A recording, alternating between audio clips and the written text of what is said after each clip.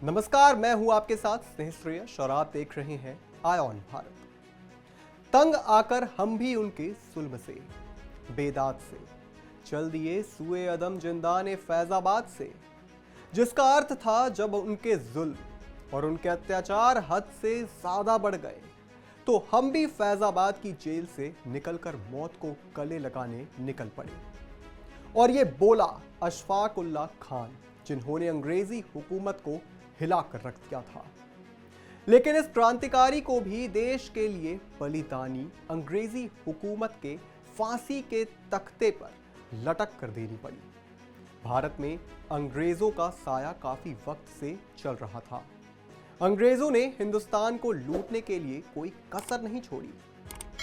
अपनी हद से ज्यादा उन्होंने इस देश की धरती को लूटा। भारतीयों पर अत्याचार की सभी हदें पार की गई। अंग्रेजों को इस धरती से उखाड़ फेंकने के लिए भारतीयों ने कई प्रयास किए। कई सालों तक की लड़ाई ने हमारे कई बलिदानियों को निगल लिया। कई आंदोलन किए गए जो अंग्रेजों के खिलाफ थे। हर छोटी बड़ी घटना ने देश को झकझोरने का काम किया। एक इतिहास के पन्ने में एक ऐसी घटना भी घटी जिसने अंग्रेजी हुकूमत को हिलाकर रख दिया, और वो घटना थी ककोरी ट्रेन एक्शन। हालांकि पहले इस घटना को ककोरी कांड कहा जाता था, लेकिन यूपी सरकार ने इसका नाम बदलकर ककोरी ट्रेन एक्शन रखा, क्योंकि कांड शब्द अपमानजनक शब्द है, जिसके चलते इसके नाम में बदलाव किया गया। देश भर में वतन की आजादी के लिए संघर्ष चल रहा था। उस वक्त अंग्रेजों के सामने हम पूर्ण रूप से शक्तिशाली नहीं थे, लेकिन हाँ, जज्बा इतना जरूर था कि अंग्रेजों को हम अपने बल से धूल चटा सकते थे। जहां हम सिर्फ बल का प्रयोग कर सकते थे, तो वहीं अंग्रेज अपनी आधुनिकता से इस लड़ाई को जीतने का प्रयास कर रहे थे। उस वक्त देश को आजाद कराने के लिए धन के साथ साथ हथियारों की भी बहुत जरूरत थी। लेकिन धन कैसे जुटाएं, ये एक बड़ा सवाल था। लेकिन फिर एक घड़ी ऐसी आई जब लगा कि अब हाथ पर हाथ रखकर बैठने से कुछ नहीं होगा। जब तक हाथ पैर इधर उधर नहीं मारे जाएंगे, तब तक काम नहीं बनेगा। इन्हीं सब सवालों से घिरे राम प्रसाद बिस्मिल के नेतृत्व में 8 अगस्त 1925 को बैठक होती है।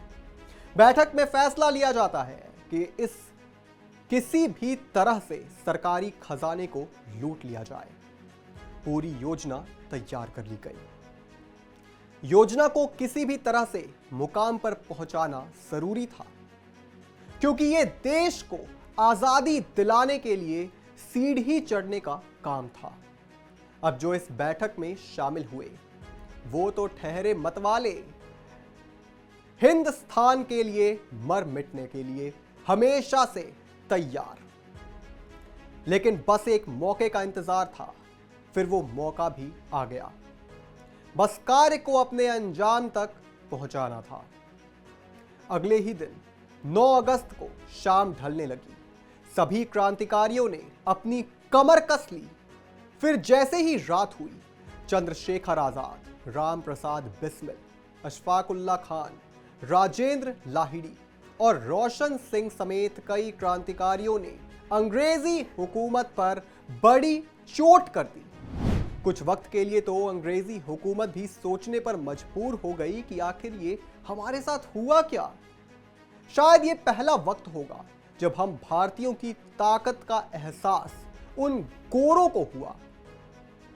इस सभी मतवाले योजना के हिसाब से जल्दी जल्दी काम करना शुरू कर दिया और सरकारी खजाने को ले जा रही सहारनपुर लखनऊ पैसेंजर ट्रेन पर धावा बोल दिया। फिर क्या था, जैसे ही काकोरी का बाजनगर आया, वहां सरकारी खजाने को लूट लिया गया। जैसे ही यह सूचना अंग्रेजों को लगी, उनके पैरों तले जमीन खिसक गई। उनको अंदाजा ही नहीं था कि हम भारतीय लोग इस कदर उनको बर्बाद कर देंगे। हिंदुस्तान रिपब्लिकन आर्मी के क्रांतिकारियों के इस कारनामे से अंग्रेज लोग बौखला गए। और वो कार्रवाई के लिए आगे बढ़ गए। वैसे तो चंद्रशेखर आजाद पुलिस के हाथ नहीं लगे, लेकिन दुर्भाग्य से राम प्रसाद बिस्मिल, अशफाकुल्ला खान, राजेंद्र लाहिड़ी और रोशन सिंह को पुलिस ने गिरफ्तार कर लिया। फिर इस मामले ने कई मुकदमे चले और फिर लंबे अंतराल के नाटक के बाद 19 दिसंबर साल 1927 को राम प्रसाद बिस्मिल को गोरखपुर में फांसी दी गई। ठाकुर रोशन सिंह को इलाहाबाद के मुलाका में फांसी दी गई, तो वहीं अशफाकुल्ला खान को फैजाबाद के जेल में फांसी दे दी गई। जबकि 19 दिसंबर से 2 दिन पहले 17 दिसंबर को राजेंद्र नाथ लाहिड़ी को गोंडा जेल में फांसी दे दी गई। अंग्रेजों की हुकूमत यही नहीं रुकी थी, बल्कि इन चारों के अन्य साथियों को उम्र कैद की सजा दी गई, तो कईयों को 5 से 10 साल तक जेल में कैद कर दिया गया। बता दें कि इस लूट की कुल रकम 4,601 रुपए, 15 आने और 6 पाई थी, जो कि आज भी एफआईआर की कॉपी काकोरी थाने में मौजूद है। कितने दुख की बात है ना। जिस धरती पे हम रह रहे हैं, उसकी रक्षा के लिए हमें फांसी के तख्ते पर लटका दिया गया। क्रांतिकारियों की इस लूट का मकसद बस सशस्त्र संघर्ष के लिए धन जुटाना था। इतिहास के पन्नों में इन क्रांतिकारियों ने अपनी कई गाथाएं लिखी, लेकिन दुर्भाग्य हमारा कि जिन बलिदानियों की वजह से हमें इस धरती में खुलकर सांस लेने की आजादी मिली, आज उस बलिदानियों को हम सिर्फ चंद पलों के लिए याद करते हैं और कुछ ही वक्त बाद उन्हें भूल जाते हैं। अगर हम सच्चे देशभक्त होते तो उन्हें बस कुछ मौके पर ही याद नहीं करते। और कुछ लोग तो ऐसे भी होंगे जिन्हें आज ये कार्यक्रम देखने के बाद पता चला होगा कि आखिर काकोर ट्रेन एक्शन ये था क्या। हमने यहाँ काकोरी ट्रेन एक्शन की तो बात की कि आखिर कैसे इस एक्शन को अंजाम दिया गया। जैसे भारतीय क्रांतिकारी आगे बढ़े और उन्होंने अंग्रेजों को चोट दी, लेकिन क्यों और कैसे इन क्रांतिकारियों ने हिंदुस्तानी रिपब्लिकन एसोसिएशन का गठन किया, इसकी बात करते हैं। फरवरी साल 1922 की बात है, जब देश बहुचर्चित चोरी कांड की आग में जल रहा था। इससे आहत होकर महात्मा गांधी ने 1920 से चले आ रहे असहयोग आंदोलन को वापस ले लिया। गांधी ने इस फैसले से सबसे ज्यादा उस युवाओं को चोट पहुंची जो पहले से देश आजादी के लिए अपने प्राणों की आहुति देने के लिए भी तैयार थे। अब आजादी की ये आग तो ठंडी होने वाली नहीं थी, बल्कि क्रांतिकारी युवा के अंदर और उबाल भर गया। इसलिए उन युवाओं में से कुछ युवाओं ने निराशा से उभरने के लिए युवा क्रांतिकारी गतिविधियों और अपना रुख कर लिया। फिर इनमें से एक क्रांतिकारी शचीन्द्रनाथ सान्याल ने साल 1923 में क्रांति करने के मकसद से हिंदुस्तान रिपब्लिकन एसोसिएशन का गठन कर दिया। अब एसोसिएशन का गठन तो कर दिया, लेकिन इस संगठन को चलाने के लिए धन की जरूरत थी। अब किसी तरीके से चंदा इत्यादि मांगते तो उनकी योजना थी, उसकी सूचना ना चाहकर भी किसी ना किसी को लग जाती और भेद खुल जाता। इसलिए चोरी करना मकसद बनाया और अमीरों से अपना धन छीनने का बस एकमात्र रास्ता भी यही था। इसलिए इसी रास्ते को एकमात्र रास्ता मानकर इस एक्शन की कमान हिंदुस्तान रिपब्लिकन आर्मी के सेनापति राम प्रसाद बिस्मिल को सौंपी गई। उसके बाद पूरा एसोसिएशन एक्शन मोड में आ गया और पहली कार्रवाई 25 दिसंबर साल 1924 को पीलीभीत जिले के बमरौली गांव के रईसी बलदेव प्रसाद के खिलाफ किया गया। इसमें चंद्रशेखर आजाद, अशफाकुल्ला खान, मनमनाथ गुप्त और शचीन्द्रनाथ बख्शी भी शामिल हुए। इस एक्शन से क्रांतिकारियों को लगा था कि इस कार्रवाई से देश की पस्त राजनीति में भूचाल आ जाएगा। लेकिन ऐसा हुआ नहीं। अंग्रेजी सरकार ने भी इस एक्शन को ज्यादा तवज्जो नहीं दी।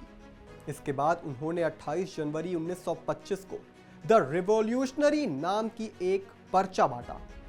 यह पर्चा भारत के साथ साथ बर्मा और श्रीलंका में भी बांटा गया और उन्होंने इस पर्चे के साथ यह भी ऐलान कर दिया कि वे ना ही आतंकवादी हैं, ना ही अराजकतावादी, लेकिन हाँ, अंग्रेजों और उनके किराए के गुर्गों को देश में वे चाहे कुछ भी नहीं करने दे सकते। इस पर्चे से अंग्रेज सरकार को थोड़ी तो बेचैनी हुई, लेकिन उन्होंने इसे जाहिर नहीं किया और क्रांतिकारी चाहते भी यही थे। उसके बाद अंग्रेजों की बेचैनी और तब बढ़ गई जब क्रांतिकारियों ने 9 मार्च 1925 को पीलीभीत जिले के बिचपुरी गांव में 24 और 25 मई को प्रतापगढ़ जिले के द्वारिकापुर गांव में पैसे जुटाने के लिए एक्शन लिया। अब इन एक्शन से भरपूर सनसनी तो फैली ही, साथ ही क्रांतिकारियों के चर्चा में आने के उद्देश्य की मंशा भी पूरी हो गई। लेकिन मुश्किल ये थी, चर्चा तो होने लगी, लेकिन जितना धन जुटाना था उतना धन जुटा नहीं पाए। इसके बाद तय किया गया कि किसी बैंक या रेल खजाने पर कुछ इस तरह एक्शन लिया जाए जिसका मकसद पूरा हो, और इसी मकसद में काकोरी ट्रेन एक्शन भी शामिल था। क्रांतिकारियों ने तो अपना मकसद पूरा कर लिया, लेकिन अंग्रेजी हुकूमत ने संबंधित मुकदमे में गांव के पहले एक्शन को भी शामिल कर दिया और फिर उन्हें भी सजा दी गई जो इसमें शामिल भी नहीं थे।